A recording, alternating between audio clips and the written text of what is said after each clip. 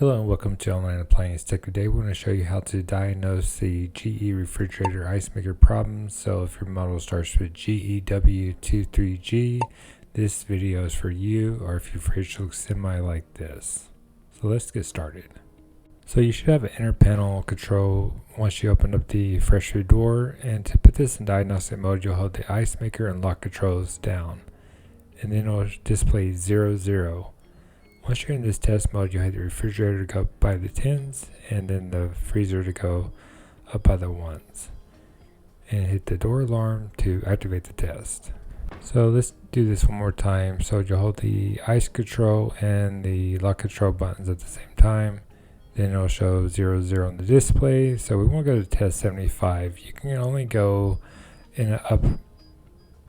So if you bypass the test mode you want to get to, you have to start over again or keep on pressing up to go past.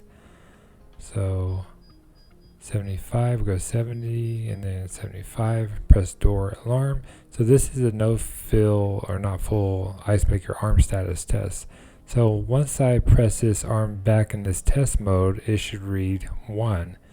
If you press this back and it still reads 0, that means you have a bad ice maker. If you do press it back and it reads 1, that means it's good. So if it reads 0 when you press it back, it means it's bad. Hopefully this helps. Okay, so the next test is the rake arm test. So this is test 59. You'll hit the door alarm to activate it. And then once you activate this test, the arm inside the ice maker should rake the ice out if you have any in there, ice sitting. If you don't, you'll see this arm here. The arm inside the ice maker will come over, and this bottom arm here should go back as the teeth come over. So if it fails this test, more likely it is your ice maker. So now we're going to test the water inlet valve.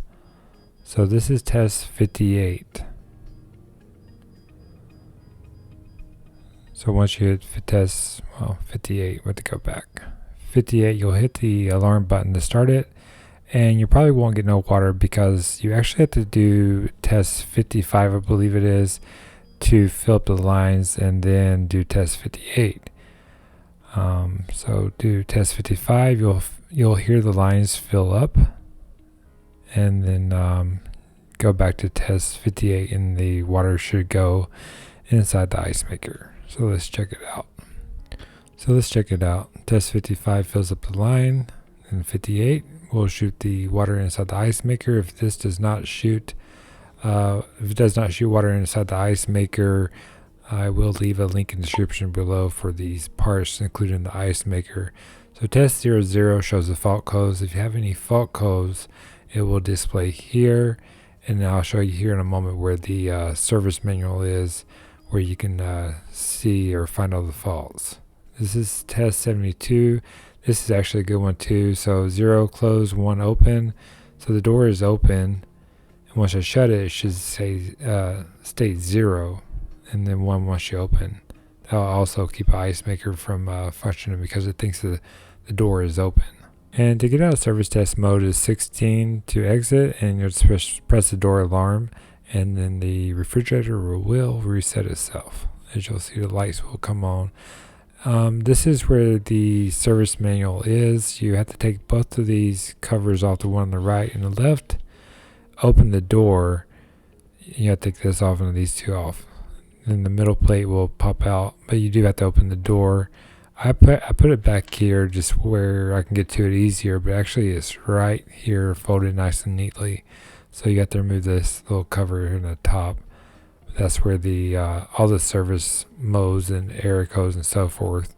So if you do get a crazy error code, you'll be able to look at this, and it will show you everything, all the error codes and test modes and so forth.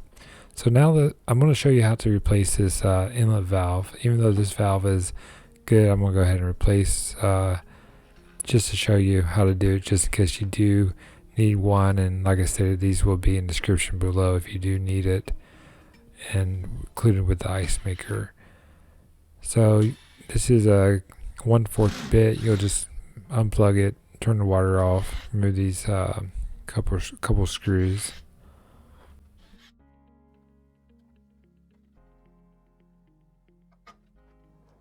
You'll just lift up on the panel and put it somewhere safe. Be careful not to cut your hands. And then you'll take, I believe it's a 5/16, these two side screws. Let me see. So yes, a 5/16. So you'll take this and remove it. First we gotta take the line off first. I recommend getting a little bucket or a towel. You will have a little extra water come out this line once you remove it. And also once you replace the valve, you have a little water come out. So just kind of be prepared. So counterclockwise, remove it. And now I will remove the 5/16 bit. And then I'll gently slide the valve out. So this one has two valves, one to fill the line and one to shoot to the ice maker. So that's why you have to do the two separate test modes to make it work, to see if you have a faulty line. You can run these test modes with the lines off just to see if you get water out, if you know which way or how it runs. So it comes up to the filter, back down to this, and then the other valve shoots to the ice maker, which goes in there. So these water lines have little clips, and these clips keep the lines from popping out. So you can take a little needle nose, or you can use your fingernails if you want to pull them out. Just make sure you put them back once you install the new valve. So you'll pull back and push in and press out. I'll show you better on the next one. So let's go ahead and remove the harness. Just press it together, pull out, and then just wiggle the top harness off the valve. And I'm going to remove the two clips. Let me get this over here. So the two clips you want to remove. Then once you remove these, you're going to press down on this. Let me see how I can explain this. You have these little, there you'll press down here against the valve and then press the line in and pull out. So now I'm going to install the new valve. I like to keep them kind of side by side so I know exactly which line goes where. So to put the lines in is pretty simple. You just take these new clips out of the new one. Okay, once you have the clip removed, you're going to press the line in, and you have a little black line on there. That's just to make sure you press it in all the way. So you're going to press in and pull out. So once you put the clip in, that keeps it from pulling back out, pulling the line back out. And then make sure you line it up correctly before you slide it back into the underneath the fridge.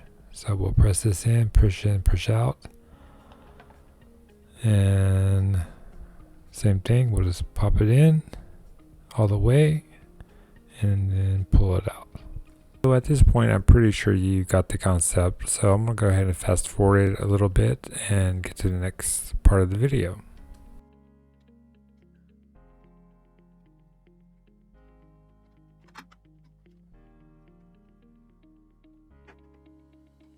Okay, so now I'm going to connect my harnesses, the one to the valve and the one that goes to the fridge, also to the valve. It just clicks right into place. You can only go one way, so you can't mess that up.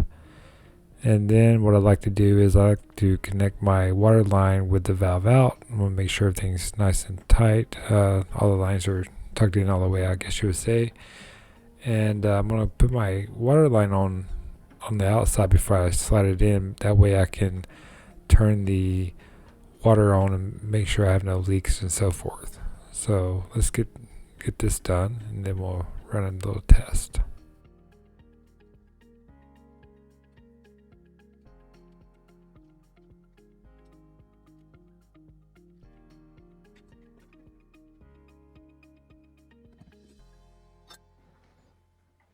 So now this is a good time to check, is to dry everything down and use a paper towel if you have to. Check for leaks. One thing you do not want is leaking water lines. So it's a good time just to dry off everything, and that way you can come back, and check later to see if you have any types of leaks.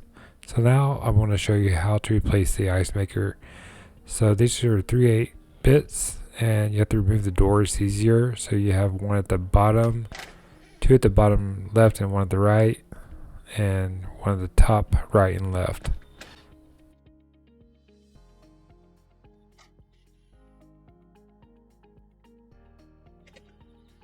So once you remove the last screw, the door will pop off, so be careful not just to let it fall or have someone hold it as you remove it, and just put it somewhere safe.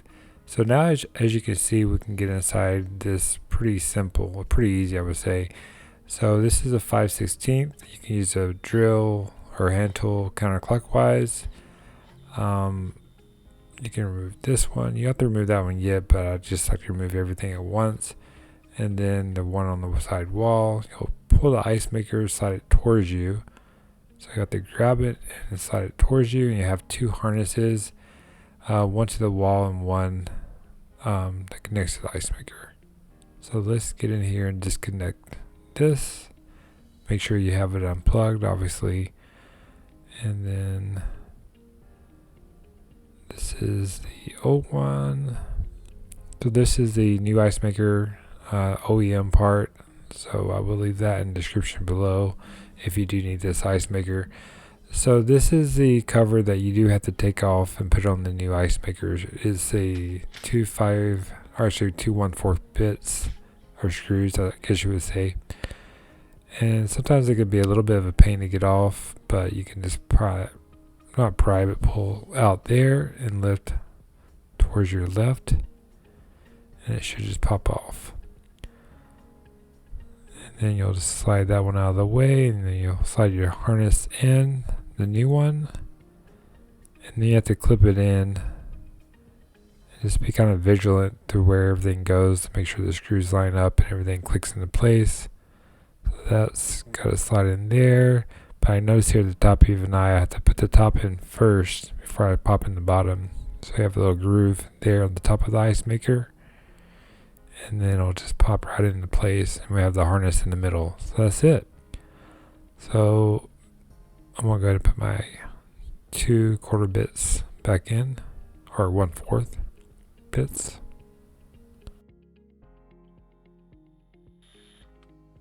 And I never really tighten it up all the way with the drill because I can actually break the screw itself. So I like to do a little bit with the drill and the rest of the way with the crescent wrench, because it is a new Ice Maker. So totally up to you. This is how I do it. That way I don't over tighten it either.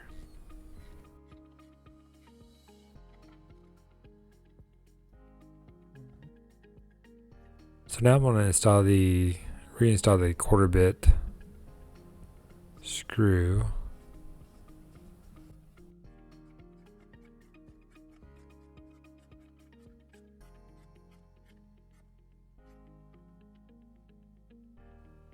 So now let's go and install the Ice Maker. So you have this harness here. It can only go one way. As you can see here, I don't put it on correctly. I have to turn it around actually. Yeah, turn it around and then clip it in. So you can't mess that up. You just gotta be able to, I'm trying to hold the Ice Maker and do it with 2 fingers. But there we go. And then we'll connect the harness to the wall. Same thing, it can only go one way. I'm going to press this wire or harness in once I install the Ice Maker. So let's go ahead and clip this in to the wall.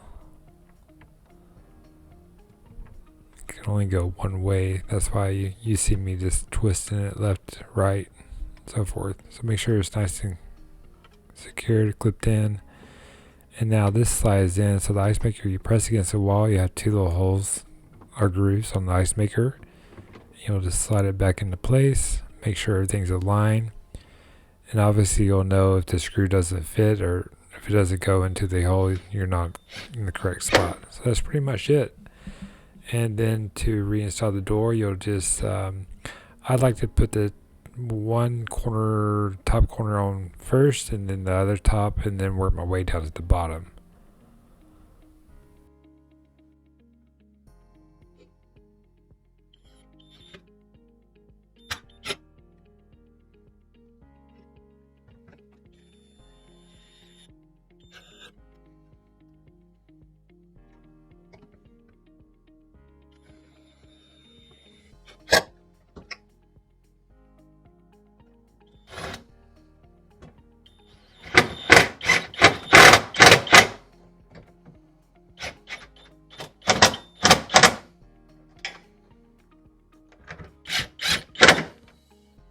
this video was helpful. Have any questions, just leave in the comments below. Need any parts, just check out the link in the description below. It'll lead you to Online Appliance Parts Hub.